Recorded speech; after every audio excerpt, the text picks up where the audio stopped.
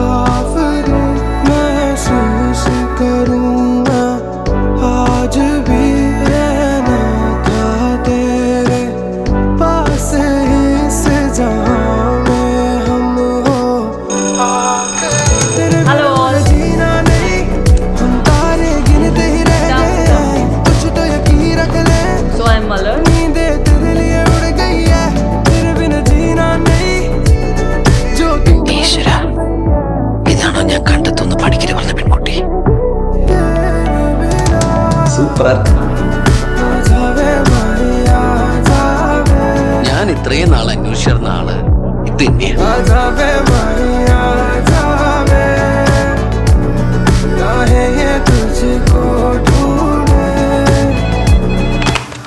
Hello hello, ഇത് ഞാനാ, saline.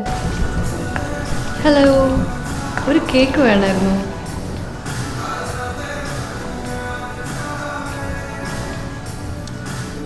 Married ആണോ?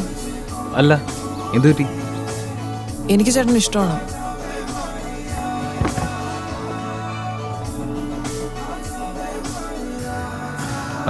ഇന്നെൻ്റെ എൻഗേജ്മെന്റ് ആണ്. അതിന് ഞാനത് കൺഫ്യൂസ്ഡ് ആണ്. ഇത് വേണോ വേണ്ടയോ എന്ന് ആലോചിച്ച് ഞാൻ യെസ് പറയണോ നോ പറയണോ. ഇതൊക്കെ എന്നോട് സംസാരിക്കേണ്ട ആവശ്യം എന്താണ്? സോറി, ഞാൻ അങ്ങനെ ൊരാഴങ്ങൾ പോലൻ മറയില്ലാതെ മായാതെ ലോകം പിടിയില്ലാതെ പാരാകെ വാനില്ലൂർന്നു പകലില്ലാതെ പായുന്ന ലോകം മനമില്ലാതെ മാറാതെ പാരും മഴകില്ലാതെ വിണ്ണായി മാറും ഏരമോ മാനം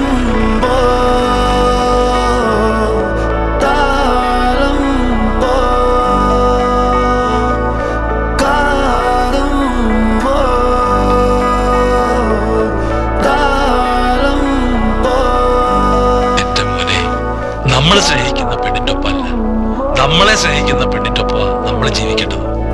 ഈ കാട്ടിക്കൂട്ടിയ വൃത്തികേടുകൾക്കിടയെന്ന് ഞാൻ പഠിച്ച പാഠമാണ്.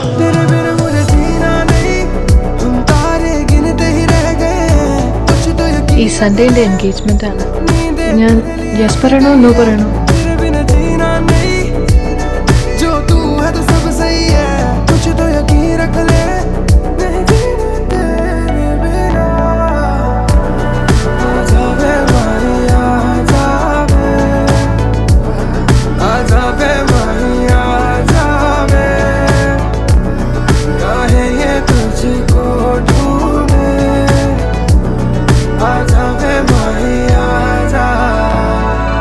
ദേവി കല്യാണം കഴിച്ചിട്ടില്ല, ഇപ്പോഴും തനിച്ചാണെന്ന് അന്ന് ആ കല്യാണ വീട്ടിൽ വെച്ച് പവി പറയുമ്പോഴാണോ ഞാൻ അറിയുന്നത്. അന്നു മുതൽ എന്റെ സമനില തെറ്റി. പകലില്ലാതെ പായുന്ന ലോകം മനമില്ലാതെ മാറാതെ പാരും മഴകില്ലാതെ ഒന്നെനിക്ക് മാറും. ദേവി കാത്തിരുന്നത് അവളുടെ കിച്ചേട്ടന് വേണ്ടിയാ.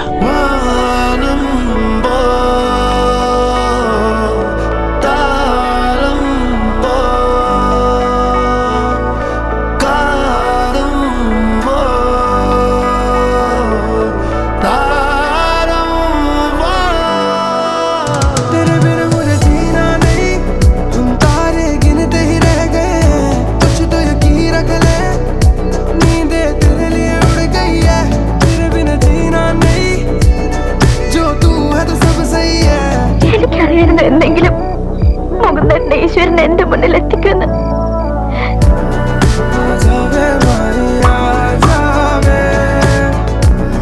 ഇപ്പൊ ഇവളെന്റെ ഭാര്യയാണ്.